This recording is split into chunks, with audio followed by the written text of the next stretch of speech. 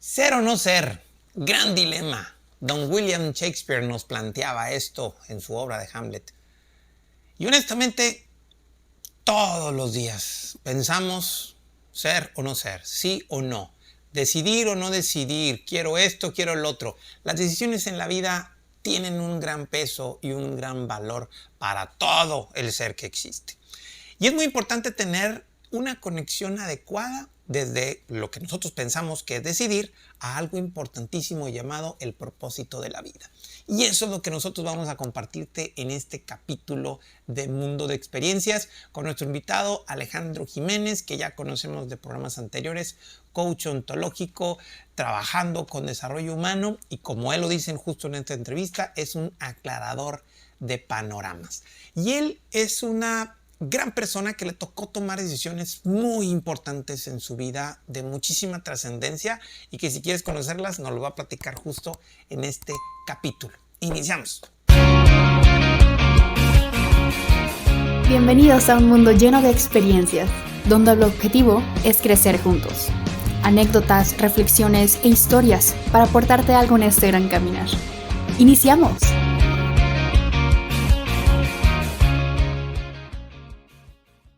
Hola, bienvenidos a un nuevo capítulo de Mundo de Experiencias, en donde nuestra intención es crecer juntos y crecer de adentro hacia afuera. El día de hoy, como ya vimos en la introducción, nos acompaña nuevamente nuestro amigo Alex Jiménez, el cual para nosotros es un honor que andes acá otra vez de vuelta, viejón. Y el día de hoy tenemos un tema que está muy interesante: la toma de decisiones y el propósito de vida. Dos cosas que podemos sacarle mucho tema y que creo que es de muchísimo valor para todos nosotros. Primero que nada, ¿cómo estás, Alex? Muy bien, gracias a Dios. Sí. Encantado de volver aquí a este espacio de Mundo de Experiencias para compartir con todos los que nos ven y escuchan. Decisiones, viejo.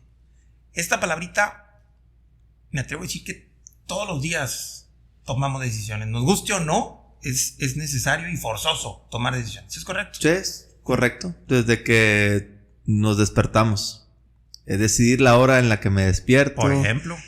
Si me levanto o no me levanto. De qué lado me voy a acostar en la cama. Que me voy a bañar, no me voy a bañar. Sí. La ropa que me voy a poner.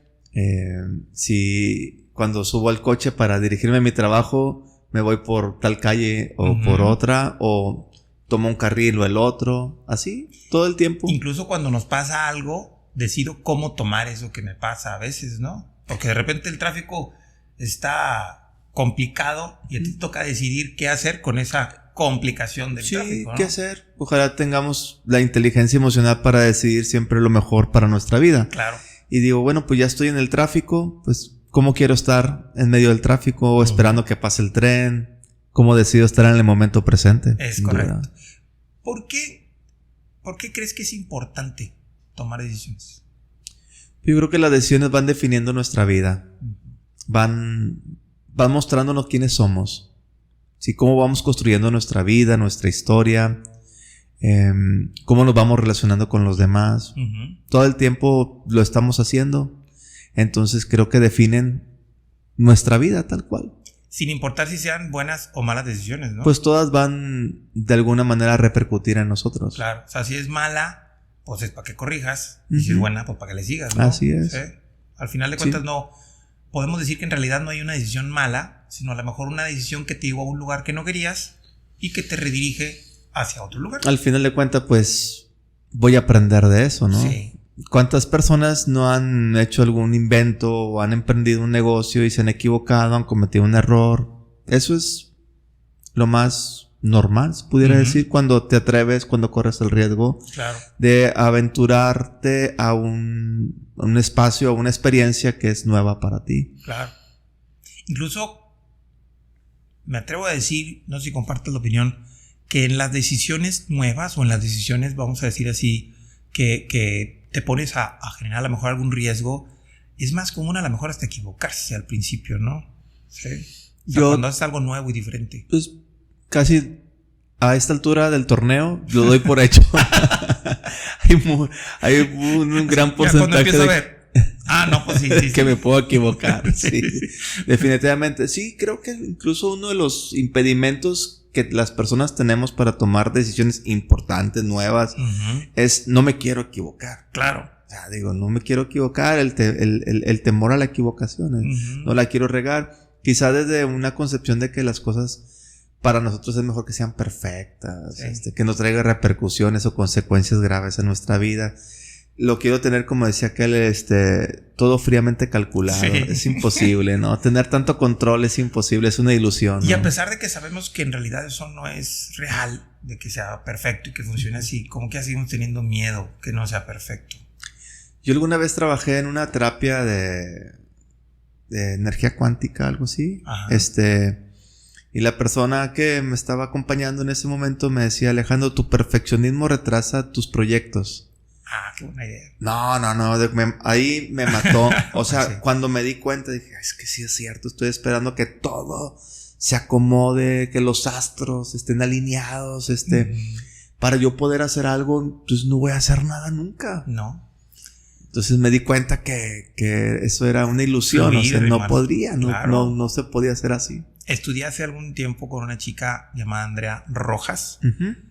Todas estas cuestiones de marketing digital. Sí, la conozco. Que pues hay que seguir aprendiendo. Y tiene una frase que aplica en eso, ¿sale?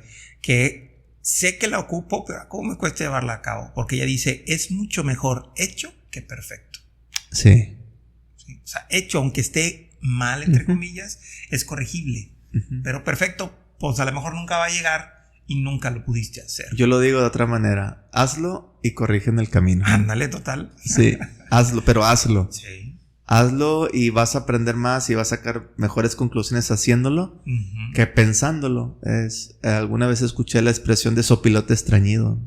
Sopilote estreñido. Sí, que a veces parecemos sopilotes estreñidos. ¿Cómo son los sopilotes estreñidos que planean, pero no obran? Pero no obran, ¿no? Pues planean. Entonces, pues sí. Otro obstáculo o algo que impide tomar decisiones precisamente es eso, el demasiado análisis que produce parálisis. Ahora, hay muchas cosas que detienen las decisiones. ¿Cuáles son los factores que de alguna manera influyen para que se den o para que no se den estas decisiones?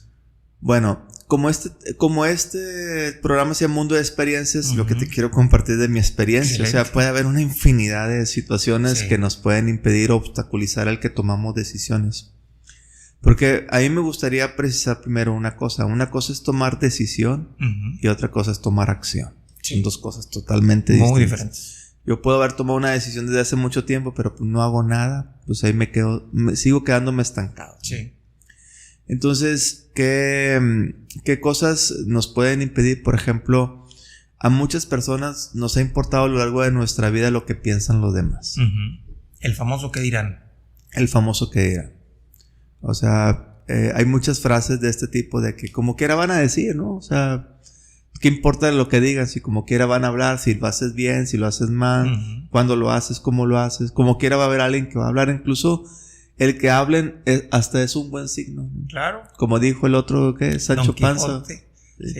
Le dijo Don Quijote Sancho Panza, deja que los perros ladren porque es señal que, que vamos caminando. ¿Sí? Exactamente. Eso es igual cuando las personas sentimos miedo o inseguridad, pues dicen, pues si sientes miedo es que ahí es, o sea, claro. Ya te lo está indicando el miedo, nomás que hay que tener cuidados, hay que estar atentos, hay que estar precavidos. No es para que no lo hagas, sino para que prestes atención. Para que prestes atención, para que seas cauteloso, para que revises cuántos recursos tienes, prevenir algunas cosas, ¿no? Entonces, algunas personas crecimos con la necesidad de sentirnos aprobados por los demás. Sí. Entonces, por ejemplo, en mi caso, yo cuando tomaba decisiones siempre preguntaba. ¿Está bien esto o no? Me acostumbré a preguntar y siempre tuve quien me dijera. Claro. Cuando era niño, mis papás. Mamá, ¿está bien esto? Sí, hijo. Está bien, lo hago. ¿Para qué? Pues para que mis padres me siguieran amando. Sí. No, y no me retiraran ese amor. La pertenencia natural que tenemos. Exactamente. Y luego fueron los vecinos, los amigos, la escuela. Entonces preguntaba a mis amigos, a los vecinos o a los maestros. Sí, y siempre hubo alguien que me dijera lo que tenía que hacer. Claro. A Siempre. ver, si está bien y me lo aprueban, entonces sí lo sigo Entonces lo haciendo. sigo haciendo. Entonces así soy apreciado, soy valorado, soy reconocido, soy amado. Y así me pasó a mí. Claro. Hasta que llegó un día en el que ya no hubo nadie. Entonces, Así está solito. entonces aquí está solo, sí. Y entonces, ahí está la alberca. ¿Quieres entrar?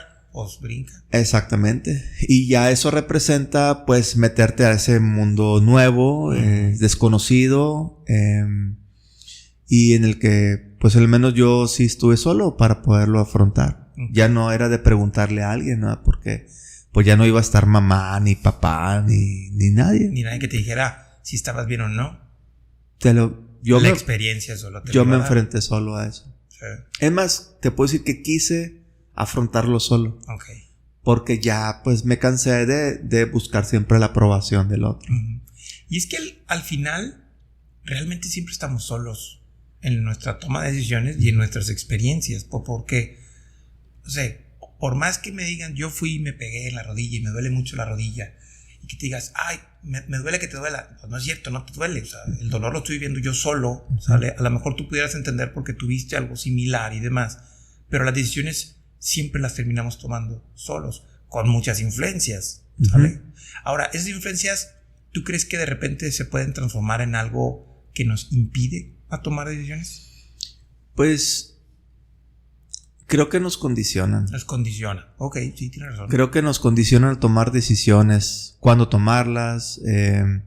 Nos condicionan por ejemplo, hay quienes hemos pensado mucho en complacer o agradar a otros, ¿no? Entonces, sí, ya no solamente, y estamos en una cultura en la que vive para los demás, Claro. esfuérzate por los demás, como decía una persona, desmádrate por los demás, o sea, Sí. así me dijo, o sea, es que me desmadro, o sea, me hago pedazos por los demás. Estamos en una cultura muy de ese tipo, y hay quienes crecimos así, entonces consideramos mucho a los demás antes que a nosotros mismos, y pues lo hablamos en el primer programa, ¿no? De amor propio, ¿no? Sí.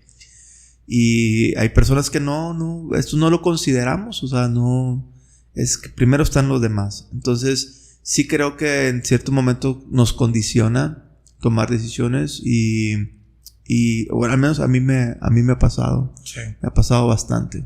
En este mundo de likes y de seguidores y de Instagram y Facebook y TikToks y todo ese tipo de cosas, que la verdad es que sí son muy útiles porque puedes llegar, lógico, a personas que a lo mejor no pudieras llegar para transmitir este tipo de mensajes, pero las decisiones están basadas más en cuántos likes voy a conseguir que en lo que realmente quiero decir yo, ¿sí? Me ha tocado ver personas que han cambiado mucho su forma de ser, ¿sí? Por querer ser más públicos, por querer ser más aceptados, ¿sí? Y que sus decisiones están basadas, lógico, en lo que que dirán o el público o los seguidores les dicen y no lo que realmente ellos quieren. Hay un libro de Humberto Eco, no recuerdo el título, algo habla sobre la locura, si no me equivoco, y una de las frases que a mí se me quedó es,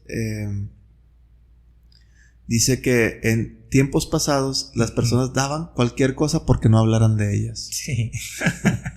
¿Cómo ha cambiado eso? Hace 20 años. Ajá. A la fecha daríamos lo que fuera porque estar hablan en boca de todos. Claro. Pues sí, incluso de repente ahorita me atrevo a decir que hay personas que se meten en broncas adrede, en escándalos y demás, pues para hacerse públicos y virales, como ahora se dice, ¿no? Exacto. Al fin de cuentas eso vende, eso llama la atención. Y bueno, sí influye también el buscar eso, decidir cosas a partir de el hacerte popular, el serte viral.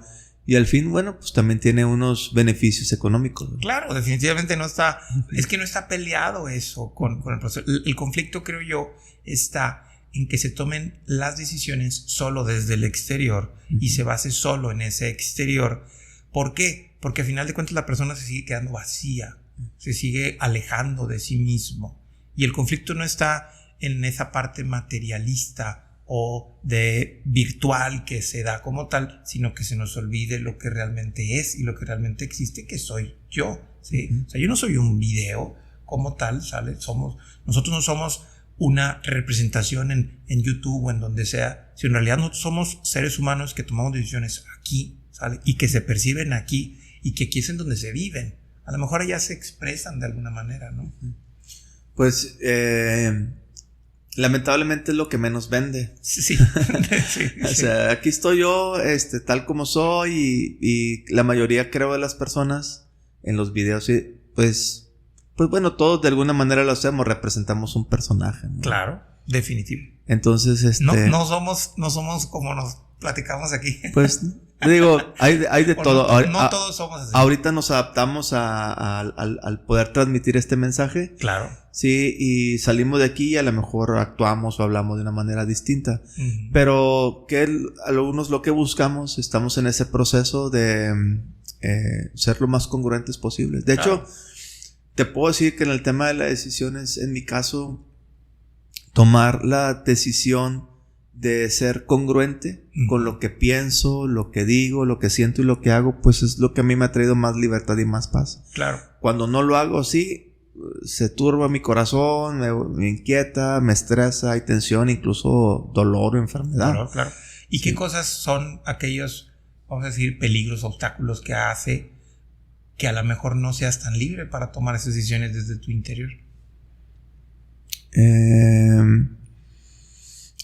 Tú dijiste hace ratito en la presentación del programa, creo que viven mucho desde afuera, desde la apariencia. Sí, no tanto desde lo interior, desde mi esencia.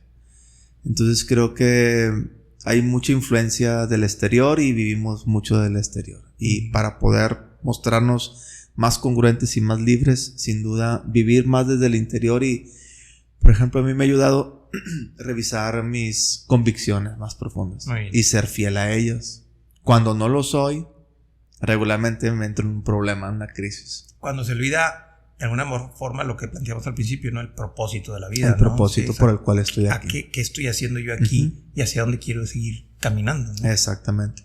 A mí me ha servido, yo descubrí mi propósito a los 23 años más o menos, en un avión. Sí, yo venía de un viaje de Toluca a Monterrey y yo creo que era la primera vez que yo viajaba en avión. Y no sabía muchas cosas de cómo se manejaban el tema de los aeropuertos y los aviones. Iba acompañado de 2 amigos y habíamos ido a una misa. Un amigo fue a casar a un familiar y yo conocía a esa familia, habíamos coincidido en algún momento y me invitó. Entonces, sentándome en el asiento, perdón, de regreso, en el asiento enfrente de mí había un libro. Entonces, pues yo lo tomé. Y, o sea, de alguien que lo olvidó, supongo, ¿no? Porque normalmente... O de alguien que lo dejó ahí. Porque ya ves que hay gente que deja libros en algún lugar. Pues sí. Entonces, lo pudo haber olvidado, pero decía el libro, Descubriendo el propósito de mi vida. Y uno de los amigos con los que iba me dijo, ese libro está muy bueno. No, pues haz de cuenta que... Así como tú me dijiste de los 2 libros que me... haz de cuenta. No, pues sí, los voy a comprar, los voy a buscar o los voy a sacar de mi biblioteca. Entonces me puse a leerlo y efectivamente es un libro así delgadito de los hermanos Lee, no sé si los conozcas. Sí, cómo no. Descubriendo el propósito de mi vida. Y empieza con una historia de una tribu africana. Que habla de que cuando una mujer entra en ella la idea de querer ser madre, incluso sin conocer a una pareja, se va y se sienta abajo de un árbol. Y ahí en la soledad y escuchando el ruido del viento y contemplando pues la llanura y todo eso, empieza ahí a generar un sonido. Y ese sonido la va a acompañar a lo largo de la vida, a ella. Haz de cuenta que se concibe al hijo a través de ese sonido. Y luego cuando conoce al que va a ser su esposo, le comparte ese sonido. Y luego, como una canción, por decirlo así. Y cuando hacen el amor, ellos cantan esa canción, ese sonido. Y luego cuando está en el embarazo, pues el sonido se le pone también. Cuando da a luz, las comadronas, las parteras, ya se saben también la canción. El sonido. Afuera, la gente está esperando que nazca el niño y están cantando la canción. ¿Sí? En los ritos de iniciación del niño entonan ese mismo canto. Mira qué interesante. A lo largo de su vida está presente de muchas maneras. Cuando él se casa, lo entona. Y así hasta su muerte. Entonces los hermanos Lee, entre otras cosas que dicen en el libro, es que el propósito es esa constante que te ha acompañado a lo largo de tu vida. Y a través de unas preguntas que vienen en ese libro, pues vas respondiendo y encuentras la constante. ¿Cuál es la constante que está ahí? Mira, qué interesante. Yo encontré una primera constante y lo tienes que hacer en una frasecita o en una palabra o en dos. Que te distingan a ti como una persona, así como decimos, única e irrepetible. O sea, no hay alguien que lo haga como tú o lo viva como tú. Y hay unas preguntas muy significativas. Por ejemplo, a mí hubo una que dice, cuando tu mamá te llamaba a comer y tú estabas haciendo una actividad, en lugar de que te fueras corriendo a comer, ¿en qué te quedabas como absorto? Es decir, tú podías perderte ahí y quedarte muchas horas sin problema. Y a mí esa pregunta fue una de las que a mí más me impactó porque efectivamente en mi infancia yo lo que hacía mientras mi mamá me hablaba para comer era jugar fútbol. Sí. En el patio de la casa de mis papás. Y yo podía perderme horas y horas y horas. Lo interesante es que yo jugaba solo. Okay. Y en ese juego yo inventaba juegos, o sea, de todo tipo. Entonces competía contra jugadores más fuertes que yo, más grandes que yo, con más técnica que yo. A veces y siempre ganabas tú. ¿Cómo sabes tú? ¿Cómo sabes tú? Sí. O sea, yo podía ir perdiendo 9-0 en mi imaginación. Y claro, yo remontaba y ganaba 10-9. ¿En qué posición ganábamos? ¿Cómo no? Así era. Sí. Y ahí me quedaba. Me estoy acordando, de hecho, cuando yo también así, pero no, fíjate, no sé por qué, nunca lo intenté, pero a mí me gusta jugar como si fuese portero. O sea, el lanzarme, poníamos un colchón, mi hermano le pegaba, y el lanzarme yo para pararla era algo que a mí me hacía sentir muy bien. Y no me acordaba de eso. Bueno, ese parece pequeño detalle, pero puede ser muy significativo. Entonces, encontrar ese tipo de cosas. Ese sonidito. Ese es el sonidito. Que se repite y hay muchas preguntas que te hacen y que entonces yo iba viendo lo mismo. O sea, se iba repitiendo como un patrón. Por ejemplo, otra pregunta era, ¿qué películas te gustan? ¿Y por qué? Entonces yo contesté en aquel me gustan la de Mel Gibson, la del Patriota o la de Corazón Valiente. Que era algo similar. Era como... los débiles vencen a los fuertes. Ir perdiendo y te ganas de cuenta. Exacto. ¿No? Aunque al final pierdan la vida y todo, pero quedaban como héroes y todo eso. Otra pregunta por ahí es ¿qué pasaje de la Biblia te gusta más? Y ¿qué crees? Que a mí me gustaba el de David y Goliat. Otra vez. ¿Sí? ¿Ves que hay constantes? Y así te la llevas pregunta por pregunta por pregunta. Entonces ya junto las respuestas, que son como unas casi 20 preguntas. Incluso el nombre, el significado de tu nombre. Yo me llamo Alejandro. Y mi nombre significa bienhechor. Bienhechor. Entonces yo dije, el primer propósito que dije es que yo soy bienhechor.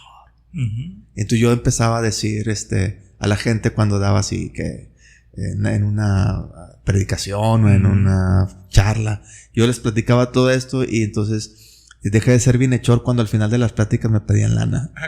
Dije, no, ya no voy a ser bienhechor. Así, no entendieron qué tipo de bienhechor estaba. Exactamente. Entonces yo hago el bien. Entonces la siguiente pregunta era, ¿cómo hago el bien? ¿Cuál es? Esa es otra pregunta que ellos utilizan. ¿Cuál es tu manera única y especial de dar y de recibir amor? Dale.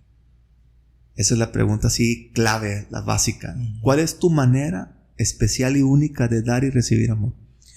Entonces, como yo estaba en el servicio siendo sacerdote y todo eso, pues para mí era hasta relativamente fácil descubrir que sirviendo a los demás. Sí, pero sirviendo ¿cómo? Porque pues hay muchas maneras de servir. Sí. Pero ¿cómo? Que sea única y especial. Y hay algunas formas que parecen servir, pero que no son tan ándale, exactamente. No entonces, ¿cuál es mi manera? Entonces, como yo desde hace muchos años me dedico al acompañamiento y lo hacía siendo sacerdote, pues yo descubría que se me facilitaba mucho acompañar, escuchar a la gente. Y iban conmigo y salían mejor. Entonces me acordé entre preguntas, ¿a qué personaje admiras? Y resulta que yo admiro a la Madre Teresa de Calcuta. Entonces es una persona que hace el bien a los pobres, ¿sí? Y entonces ella tiene una frase que dice, que toda persona que llega a ti se vaya mejor y más feliz. Yo me daba cuenta que cuando iban a hablar conmigo, se iban mejor y más feliz. Y dije, ya fregué, aquí está. De aquí soy. Sí, entonces, ¿qué hago bien yo para ellos? ¿Qué hago bien? Entonces, yo notaba que ellos llegaban confundidos, en caos, no sabían qué hacer, y resulta que platicando conmigo se llevaban mejores ideas. Okay. Y tenían más opciones para qué hacer, ¿no? Entonces yo, haciendo un esfuerzo, ¿verdad?, de cuál sería esa palabra distinta incluso que se identifique conmigo, entonces dije, yo hago el bien aclarando el panorama de las personas. Ándale. Okay. Entonces yo soy un aclarador de panoramas. ¿Qué es más bonito que bienhechor para que Exactamente. para que no empiecen? Es que fíjese que tengo que pagar Sí. esto. Entonces empiezo a hablar yo de ser un aclarador de panoramas y las personas quieren aclarar su panorama. Entonces tengo pues, muchas personas que quieren aclarar su panorama. Es una manera de decirlo, ¿no? Y busco en el Google o busco en el Facebook y resulta que no hay ningún aclarador de panorama. Entonces soy único y irrepetible y especial. Y dije, aquí está lo que estaba buscando. Entonces desde, pues no sé, de hace como unos 20, tendré como unos 27, 28 años que, o sea, eso pasó. Empecé como a los 23 años y como a los 28 más o menos, 28, 29 años. ¿Fue cuando lo definiste? Ya definí aclarador de panoramas. Ok. Más o menos como esa edad, 28, 29 años. Y así me empecé a decir, yo soy un aclarador de panoramas, soy un aclarador de panoramas. Entonces, empecé a estudiar desarrollo humano y me fue muy bien porque decidí de acuerdo a mi propósito. O sea, estudiar desarrollo humano suma a mi propósito, es una aclarador. Sí, toma. Claro. En aquel entonces, ser sacerdote suma a ser un aclarador de panoramas. Sí, pues dale. Y luego estudié pues varios talleres, diplomados, resolución de conflictos. ¿Suma? Sí. Hacer un mejor aclarador de panoramas. Con el mismo propósito. Va. Me era más fácil decidir qué hacer, qué no hacer, de acuerdo a mi propósito. Porque el propósito lo que hace es, te va a marcar un rumbo. Okay. No sabes a dónde vas a llegar, pero vas en el rumbo adecuado y te sientes seguro. Jorge Bucay lo define así. Jorge Bucay dice que la felicidad es la certeza de no saberse perdido. Okay. Entonces, yo cada vez que decía soy un aclarador de panoramas, yo me sentía en mi rumbo, seguro, no me siento perdido. Entonces así le di, y todavía me sigo definiendo como un aclarador de panoramas. Ya tengo otros motes, otras, cuando decidí ser coach, cuando decidí la terapia gestal, cuando decidí salirme del ministerio sacerdotal. O sea, yo sigo siendo un aclarador de panoramas. O sea, la constante. O sea, el propósito no cambió. No, el propósito sigue siendo el mismo. Incluso se va aclarando a lo mejor cada vez Sí. más. A ver, decidí no ser sacerdote ya, no ejercer el ministerio, porque mi propósito ya no, o sea, ya en lugar de aclarar el panorama a las personas, pues ya ni siquiera tenía claro el panorama yo. Entonces estaba perdido, o sea, ya no. Mi manera de servir ya no estaba siendo. Yo decía, ya no estoy siendo generoso en el servicio. Claro. Y eso incluso, supongo que debe haber sido una decisión muy importante y difícil en el proceso, pero el tener muy bien fijo el propósito hace que esta decisión se haga más simple. Sí. No fácil. No. Pero sí simple. Simple. Sí. O sea, sí, no, para nada fue fácil. No, pues eran 28 años de mi vida. Pues toda la vida. O sea, 16 de ministerio y 12 de formación. Son 28 más los que me aventé de monaguillo. Aparte. Desde los 9. Desde los 9. Entonces, toda mi vida marcada por la vida religiosa. Pues, con muchas expectativas encima de otros. Pues sí. Y que a final de cuentas, como dijimos al principio, sí es muy importante que a la toma de decisiones todas esas expectativas se queden al límite. Sí. Era el peso religioso de las creencias religiosas. Porque, pues, imagínate, yo crecí la mayor parte de mi vida escuchando tú eres sacerdote para siempre. Tú eres sacerdote para siempre. Tú eres para siempre. Entonces, de repente decido no, pues, el peso de la familia. Claro. El entorno social debe haber sido bastante fuerte. Sí, claro. Sí. Y luego, bueno, no era la primera vez que lo pensaba a lo largo del tiempo, ni de seminarista ni de sacerdote. Entonces llega un momento en el que, oye, ¿sabes qué? No puedo vivir con la duda. Claro. O con la incertidumbre de qué pudo haber pasado si me salí. Entonces, aparte, la necesidad del trabajo, yo he estado en procesos de acompañamiento, de terapia. Entonces, claro, tuve mi acompañamiento de terapia, lo confronté con una terapeuta, lo confronté con personas sabias a quienes les consulté, oye, yo estaba en esta situación, estoy pensando esto, Claro. pues fui orientado. Tampoco fue de que se me ocurrió de la noche a la mañana. Es una... aquí el tema importante desde lo racional es recabo toda la información, mi historia, mis valores, mis convicciones, considerando las personas a las que les va a impactar mi decisión, sin duda, familia, amistades, comunidad, yo mismo. Que son un factor que no puedes dejar de lado. Exacto. Mi relación con Dios, que es con el que menos he tenido bronca, gracias. Definitivamente. Totalmente. Y su amor y su providencia siguen Eso siendo sigue, fiel. Exactamente. Eso no han cambiado ni cambiarán. En ninguna circunstancia. En ninguna. Y considerando todo ese tipo de cosas, hubo otro factor que es importante, creo yo, considerar en la toma de decisión. Y ya el propósito marca la línea. Claro, de hacia dónde. Es simple, es más simple tomar una decisión de acuerdo a un propósito. Sí. Es más simple como lo hemos dicho. Pero luego vienen factores emocionales y factores del mismo cuerpo. Claro.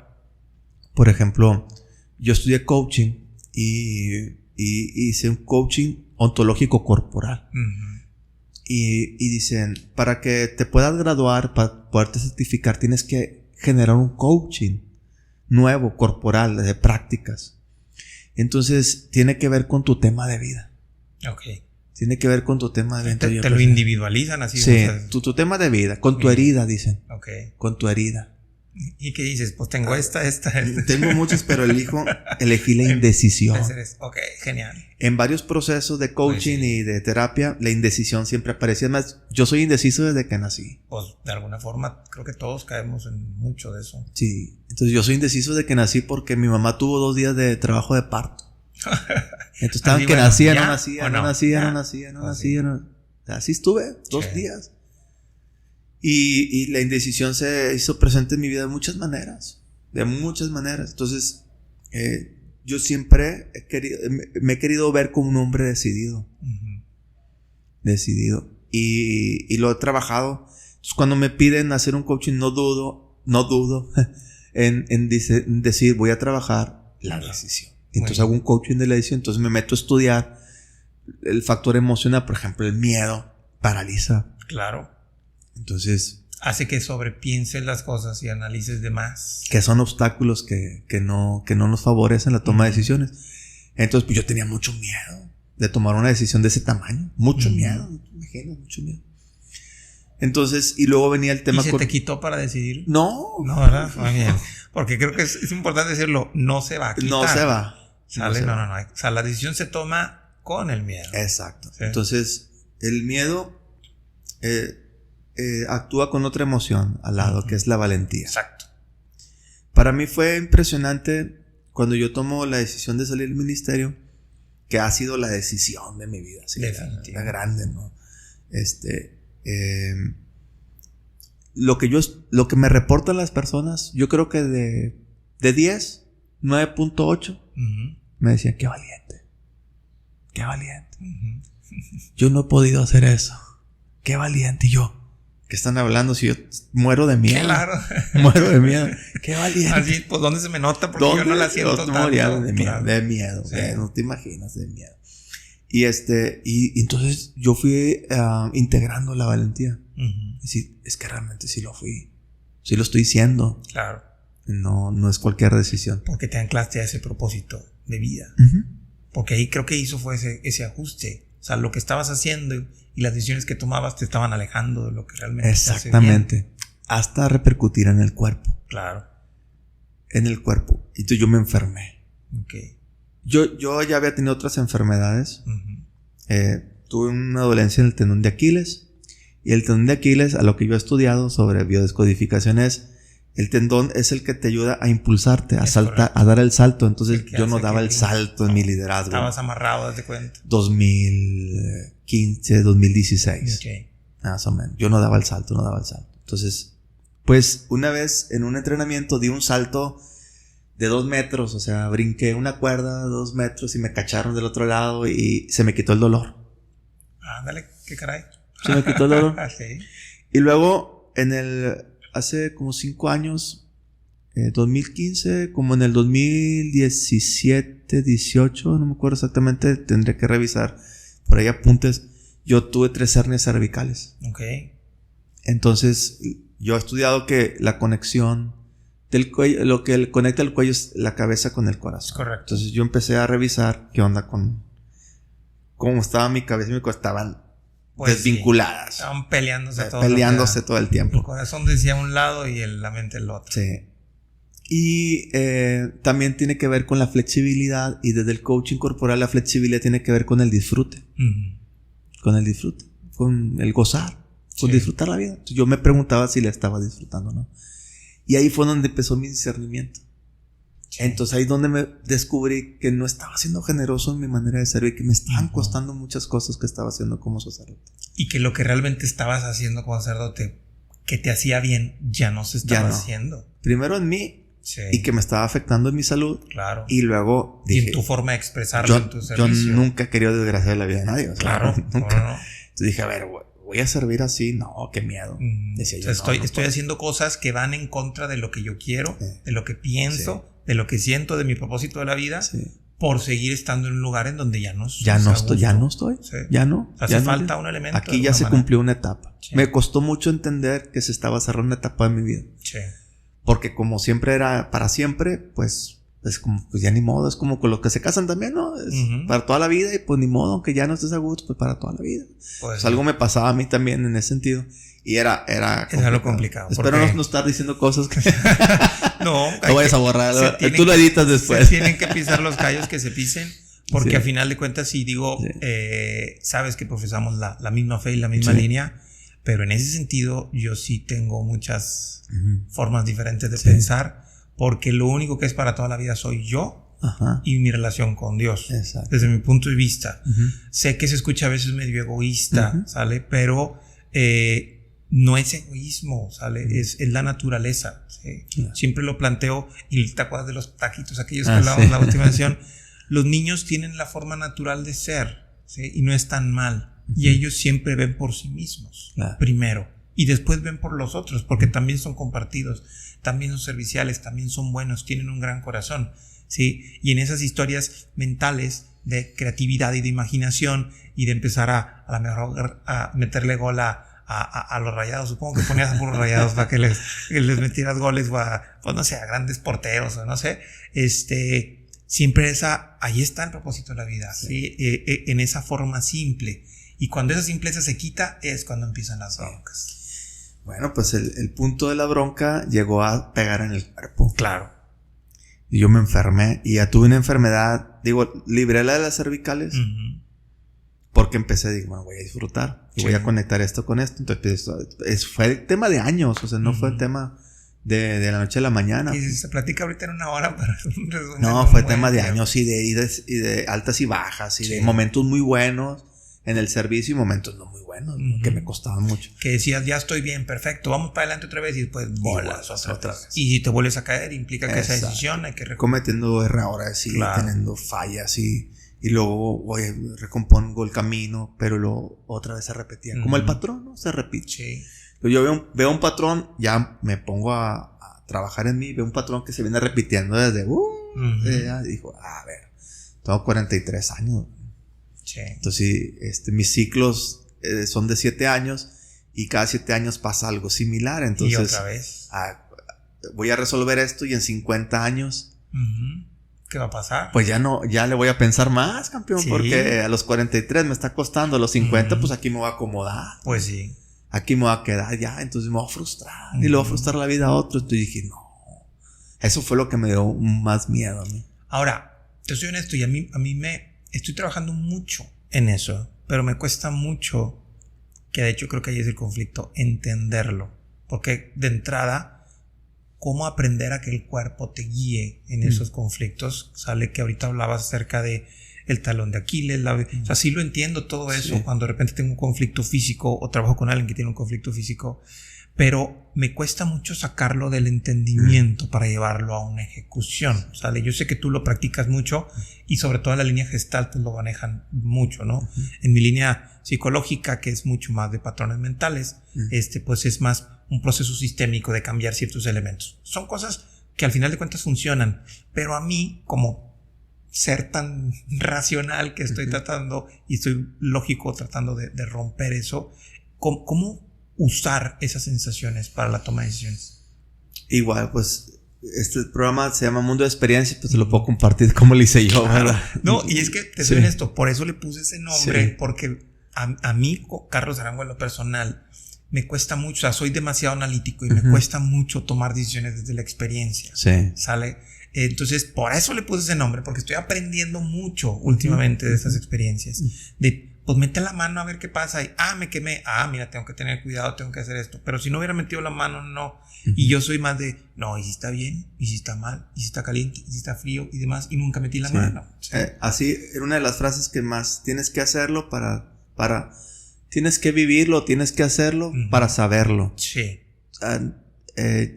Has querido arreglar todo con tu cabeza y pensar y pensar y pensar y pensar y no estás haciendo nada. Nada. No estás haciendo nada. Y a lo mejor tienes un mundo mental perfecto y con muchas cosas y demás, pero pues nadie se entera, ¿no? Yo trabajé mucho con la sombra. Ok. Entonces, está en un taller de coaching sobre la sombra que fue un parteaguas bien cañón para mí. ¿Era Munra? Sí, ¿verdad? Bueno, ese fue en la terapia gestal Ese es otro, me acuerdo. 3 años después, 2 años después. No, en noviembre del 2019 yo estuve en un taller de la sombra de coaching. Estaba estudiando coaching ontológico corporal. Y entonces el primer ejercicio es ¿qué es lo que más te molesta de las personas? Okay. Entonces yo hice mi lista. De los de afuera. De los de sí. Y no, pues la constante otra vez. Y bueno, revisa cuál es la constante. Y la constante era que la gente no tomaba acción. Ok. Nadie de los que estaban en mi entorno tomaba acción. Y me encabronaba, okay. O sea, me enojaba. Claro, pues sí. Y entonces, pues en el acompañamiento que me daban, bueno, y utilizaba muchas expresiones como, y así soy yo, o algo así. Y yo, no, si yo no soy. Yo sí tomo acción. Sí. Yo sí hago. Yo sí. Ellos son los que no hacen. Estábamos en plena pandemia y yo veía que nadie hacía nada por hacer algo. Y yo sí hago. Yo sí, es que yo hago esto. Y aquí estoy haciendo y el otro. Que me di el sopetón de mi vida cuando me di cuenta que el que no estaba tomando acción era yo, que era pura proyección mía. Ok. Entonces disculpe a todos los perdoné, les deslindé la responsabilidad de lo que me estaba pasando a mí. Que no les corresponde a ellos. Y asumí yo. Y dije, yo ando por la vida en mi acompañamiento como coach y como sacerdote diciéndole a la gente, atraviesa tus miedos, enfrenta tus miedos. Y yo dije, ¿cuál es mi mayor miedo? Y tómala, o sea, de frente a mi mayor miedo. No, pues tomar una decisión. Pues tomar decisión. Sí. Y órale. Entonces, pero bueno, ya me metí al discernimiento. Eso fue como en noviembre. Sí, un noviembre. Yo, mi discernimiento había empezado en septiembre, ya el de a ver qué vas a hacer. Muy bien, sí. Y pasó octubre y noviembre, estaba en este taller. Yo tomé la decisión ya de estar delante de la autoridad del obispo en diciembre. Y me salí en enero del 2021. Y entonces ya ahí fue donde yo me convencí. Dije, Alejandro, no estás haciendo nada, o sea, nomás estás piensa y piensa y piensa, estás repitiendo un patrón, tienes que hacer algo distinto. Y las críticas eran en realidad más una especie de espejo. Sí. Supongo. Pues, sí, porque pues como en todo, o sea, habrá gente que le guste tu decisión, habrá gente que no le guste, claro. Como en todo. Lo mismo me pasaba como sacerdote, a algunos les gustaba como era y a otros que no. Y es que el cascarón o lo que se ve, sacerdote, psicólogo, coach, abogado, ingeniero, secretaria, lo que sea, a final de cuentas somos las mismas personas con las mismas ideas, las mismas sensaciones y las mismas, en este tema, indecisiones, sí. ¿no? Yo me he topado con muchas personas que dicen, te admiro, qué valiente, yo no lo hubiera podido hacer, yo me hubiera gustado, yo no lo hice por esto y esto. Dentro de la iglesia en algún ámbito y fuera en otras situaciones, ¿no? Claro. Yo nunca me atreví, te ves muy bien. Alguna vez yo a mi madre le enseñé 2 fotos. Una del antes y del después. Antes de tomar la decisión y otra después de decisión. Y le dije, ¿con cuál se queda? Ver, y me dice, no, pues con este. Pues el que sonríe. No, yo recuperé mucho de... Y es que a veces querer hacer el bien a pesar de ti es algo complicado. O sea, no es coherente. No. Sí. A mí me da mucha paz, libertad, ser congruente. Claro. O sea, y en este caso creo que lo fui. Sigo queriendo serlo ya en otros rubros, ya no estoy ahí, pero ahora en donde estoy quiero serlo, con quien sea, y a veces lamentablemente eso va a impactar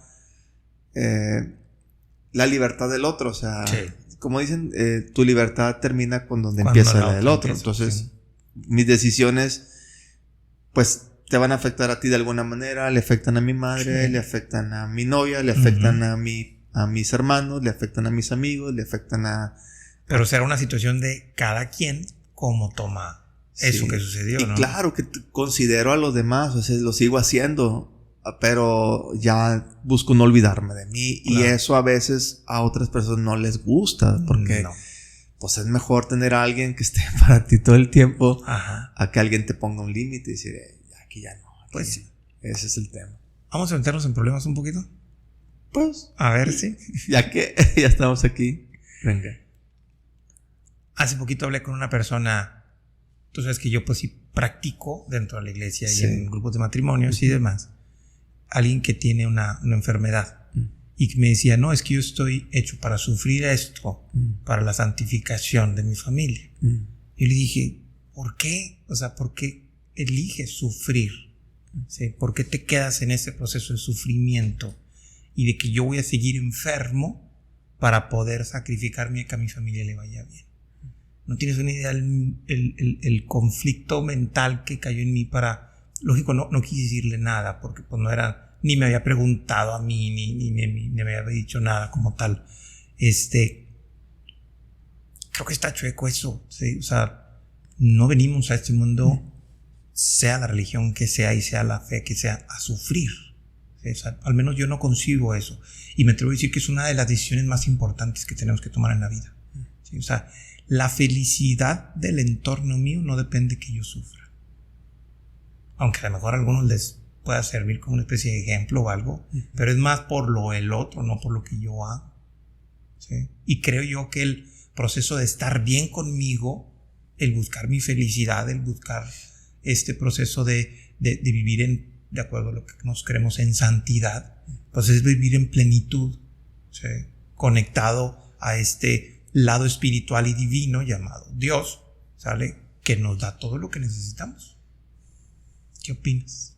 Pues yo creo que tiene una base, o sea, un origen, y precisamente con esto que dices al final de cuál es la imagen que tengo del Dios en quien yo creo. Sí. El padre Carlos Cabarrús, que es un sacerdote jesuita, tuve la oportunidad de ir a algunos talleres de crecimiento personal que él ha diseñado.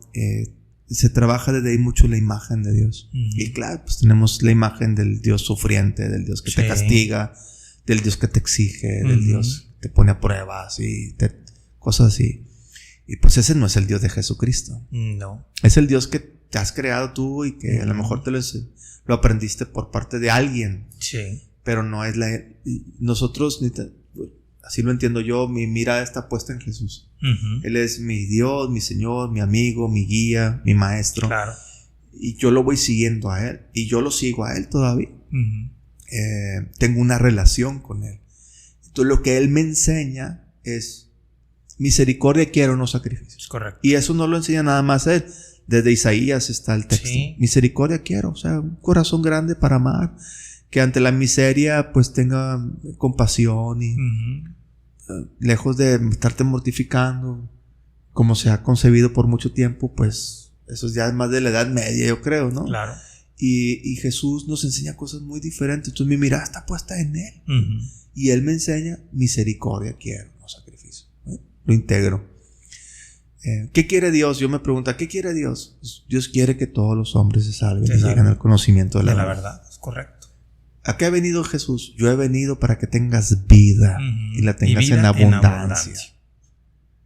O yo quiero amarte, o ama. Entonces, en ningún lado yo veo friégate, tienes que sufrir, jódete, sufre.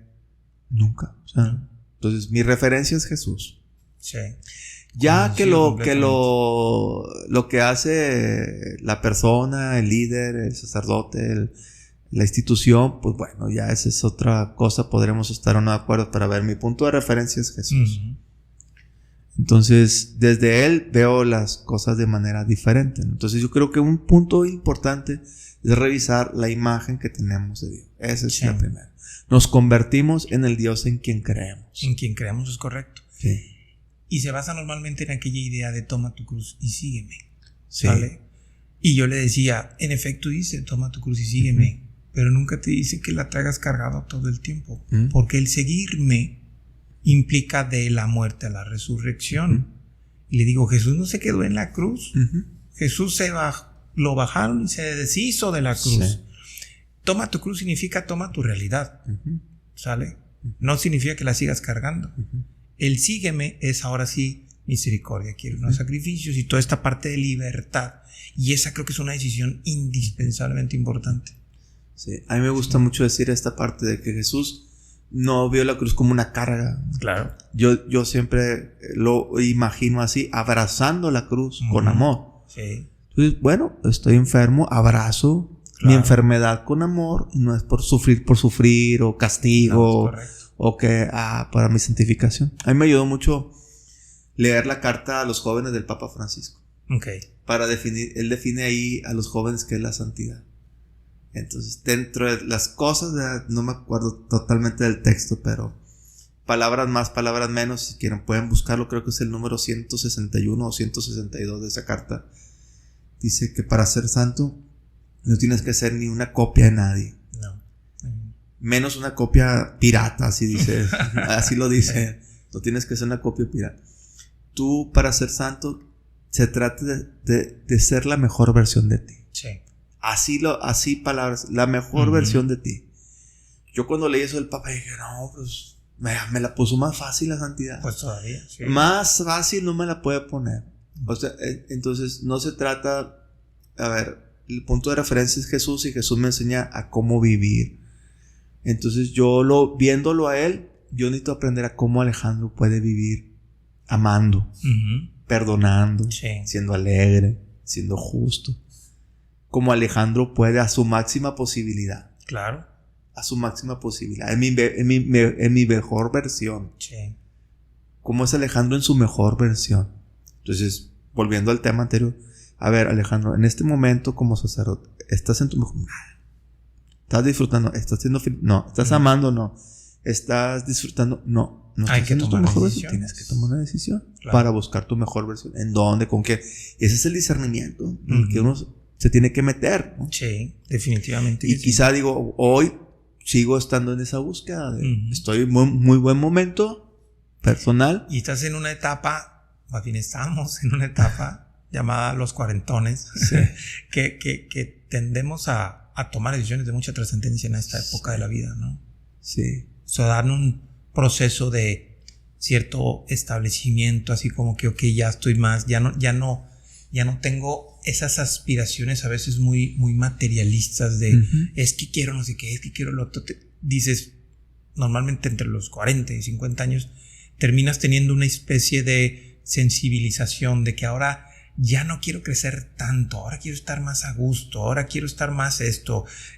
Y lo digo así abiertamente, ¿sí? Con mis amigos ahorita, antes platicábamos de puros negocios, sueños y demás, y ahora hablamos de medicinas y de tratamientos, ¿sale? Y de repente me dicen, no, y esas gotitas que das tú también sirven para dormir. Y le dije, sí, también sirven para dormir. ¿Por qué? Porque ya nos estamos viendo un poquito más hacia nosotros. Porque antes, decía mi hermano, entre los 20 y los 30 ni te das cuenta, porque los dolores no pasa nada. De los 30 a los 40 te empiezas a dar cuenta, ya después de los 40, caray la rodilla, caray esto, ¿sale? Oye, no puedo dormir, y empiezas a verte un poquito más. Por eso creo que en esta época hay decisiones muy importantes. Tú dices, no, ya es un señor de 40 años, ya está hecho y derecho. No, hombre, apenas estamos haciéndonos todavía. Sí. ¿Tú qué opinas de las decisiones que se toman en esta época, en esta etapa de la vida?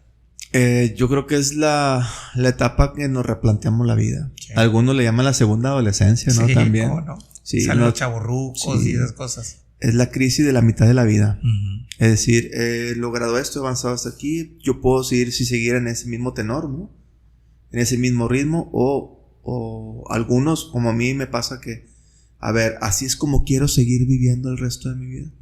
Así, porque así va marcándose, esa es la dirección por la que va. Así quiero. Entonces, algunos pueden decir, sí, así quiero, ¿no? Y está bien. Y está perfecto, sí. Y otros decimos, sabes que no. O sea, en mi caso fue, a ver, tengo esta vida, ya sé lo que es ser. Tengo dudas, tengo inquietudes, quiero resolverlas, no quiero vivir con la duda constante y quiero replantearme la vida. En mi caso, que pues no estaba casado, que soltero, pues me es más fácil. Hay gente que como tiene un compromiso de pareja, tiene unos hijos, o tiene una empresa, o tiene ciertos compromisos, le puede resultar más difícil tomar decisiones tan drásticas, tan radicales como esta. Creo que se vuelve más complejo el tomar una decisión desde ahí. Necesitamos considerar más aspectos, ¿no? Sí. En mi caso fue relativamente más fácil, porque pues bueno, sí tengo un compromiso, pero pues, bueno, lo dialogo, y veo cuáles son mis necesidades, ¿no? Yo por mi historia de vida, pues entré al seminario a los 14 años y pues, ¿por qué no decir? O sea, hay experiencias que no tuve y cosas que tenía inconclusas, ¿no? Como, imagínate llegar a los 43 años y aprender a cuidar de mí. Pues sí. Aprender a hacer mis cosas. Ya no había nadie que te estuviera medio atendiendo. Pues no es tan fácil, o sea, tampoco está como, no es halagador, o sea. Sí. Por ejemplo, en tu proceso quizá fue diferente, en el proceso de muchos fue diferente de que, oye, pues sí siguieron cumpliendo ciertas etapas, y en mi caso, pues no, siempre tuve a alguien que me hiciera algo, ¿no? Claro. O sea, digo, en mi caso, por ejemplo, cuando estuve en el seminario, estuve de los 20 a los 24 años. Cuando yo me entré a los 24, todos mis amigos ya eran licenciados, ingenieros o algo, y trabajaban, ¿sale? Y yo estaba ahí de repente, oye, quiero unos tacos. Mamá, ¿me das dinero? No tienes idea cómo me costó eso. Exacto. Porque pues yo no tenía nada, apenas empezaba a ver qué onda. Y yo pues en el seminario tengo hambre, pues ve con las monjitas y ahí te daban de comer, o sea, era un horario y todo estaba bien.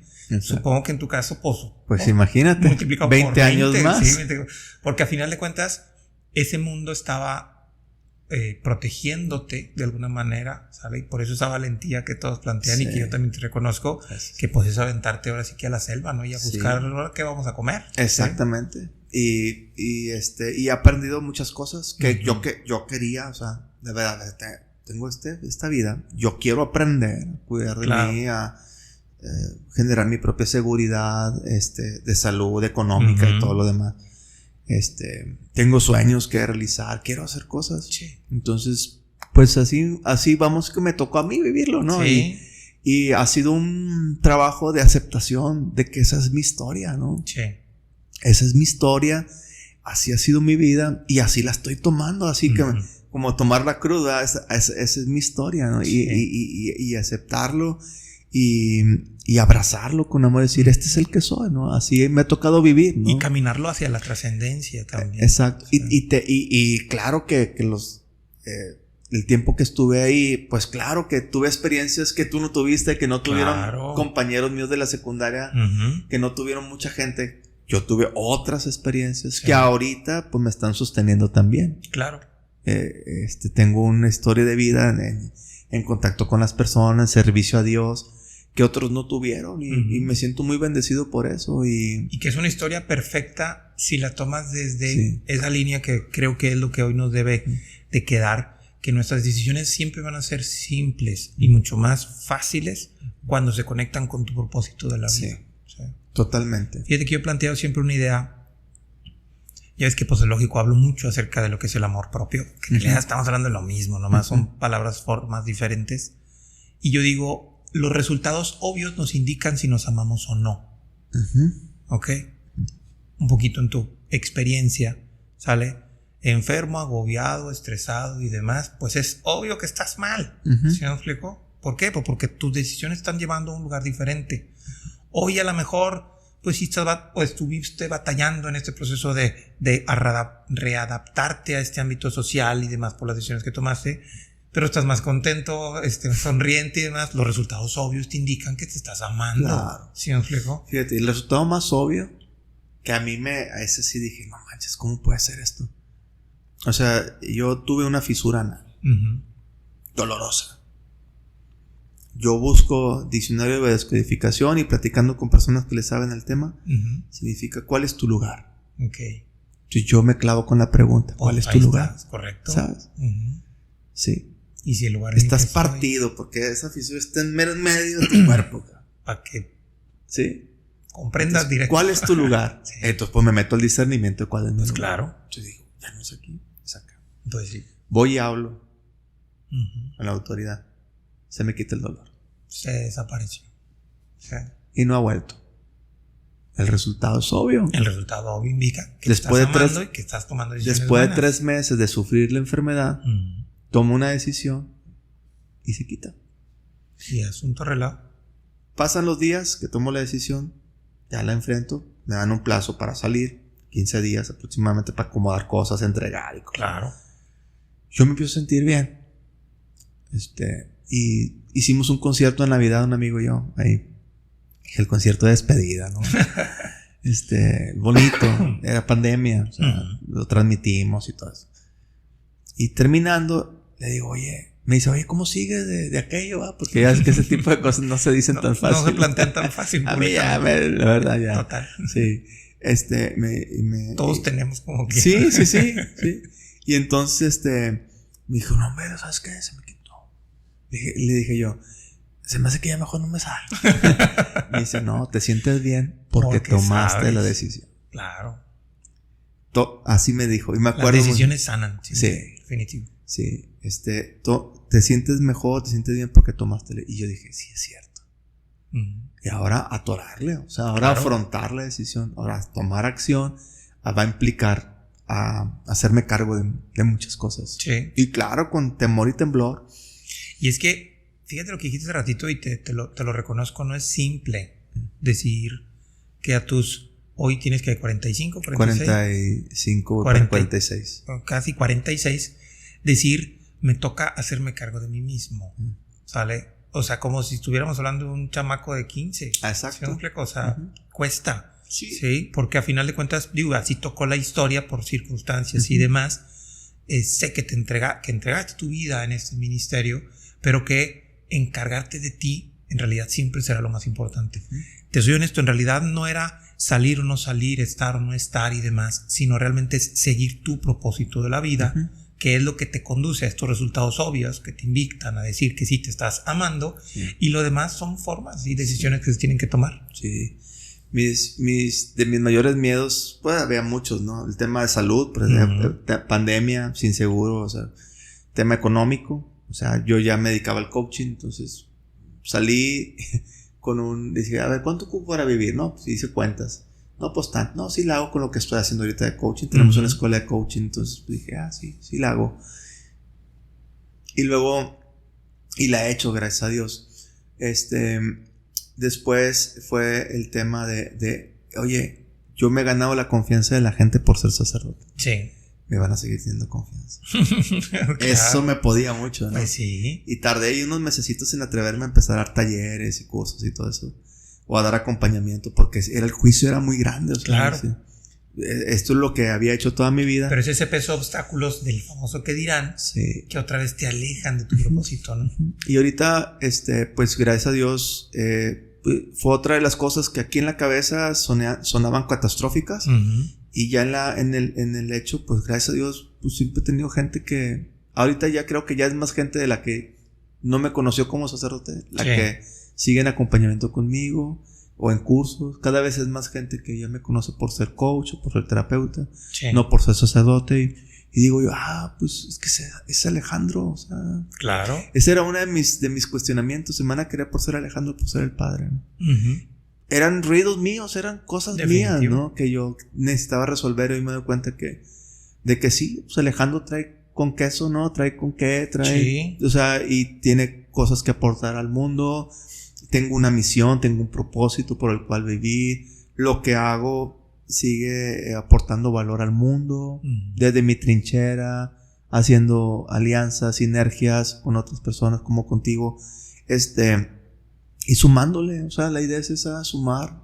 Sigo haciendo lo mismo que ya hacía, Claro. lo sigo haciendo ahora, porque mi propósito sigue siendo el mismo. Es lo que me hace feliz.